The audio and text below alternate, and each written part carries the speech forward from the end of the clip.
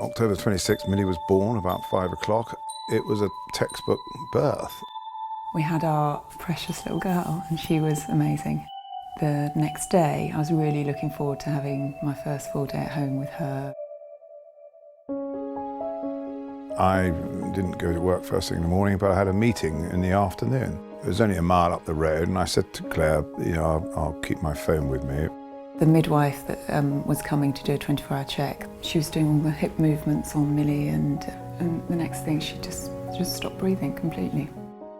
And I saw home flashing up, and Claire said, "Milli stopped breathing." Oof. And God, suddenly sort of panic sets in, and I drove back home. It just fortuitously, we had the midwife here at the time just doing some checks on Milli. She got Milli on the bed and was ventilating her, and she asked me to, she sort of said, "We're going to need an ambulance." And I just remember just screaming down the phone at them, "Please, can you come, please?" I was just praying that somebody would come and help us. It was literally like my prayers were being answered. Suddenly there was the air ambulance landed in the front garden. Just literally parked the car and the air ambulance came, and I just pointed to a bit of lawn where it could park. I just came running up the stairs, and one of the guys from the air ambulance came and sat with me on the landing and explained everything that was happening, and he was amazing. I just remember him sitting there holding my hand, and I just kept repeating over and over again, I can't lose her, I've only just got her. Obviously, Milli wasn't breathing effectively, so the first thing we had to do was control her airway and actually oxygenate and ventilate Milli.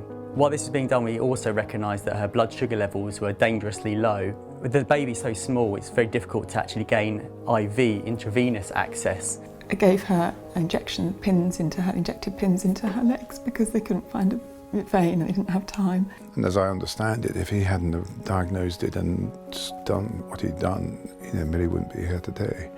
And it's the prompt action of the air ambulance that saved Milli's life.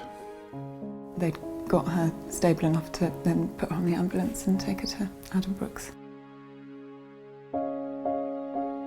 Everyone should be aware that this is a charity, and without public support, they wouldn't be there. And, I hope most people will never need to use them, but if they ever do, they will be so grateful.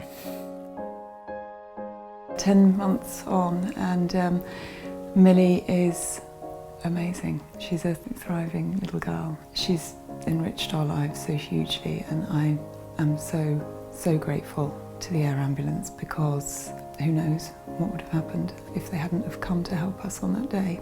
Her whole future lies ahead of her, thanks to the air ambulance when she was 1 day old, basically. The expertise of everybody concerned was brilliant, and when the chips are down, the air ambulance and the NHS are just second to none. Claire and I went to see the Essex and Herts air ambulance at North Weald and met the team that saved Milli's life. It was an amazing day, very emotional. These jobs are very stressful, obviously hugely stressful for the family, but they're also very stressful for the clinicians who attend. Of course you want a good outcome, and it was just fantastic to see the whole family back here again and all being so well. Just brilliant. It's such a worthy cause to support, and without support it wouldn't be there. Who'd have thought that could happen to us? 1 second I'd got this beautiful, beautiful baby girl in my arms, and the next minute there was a real chance we'd lose her. And it happened in a flash, and you never know when that might happen to you. And it was because the doctor got here so quickly that it saved her life, and we'll be forever grateful.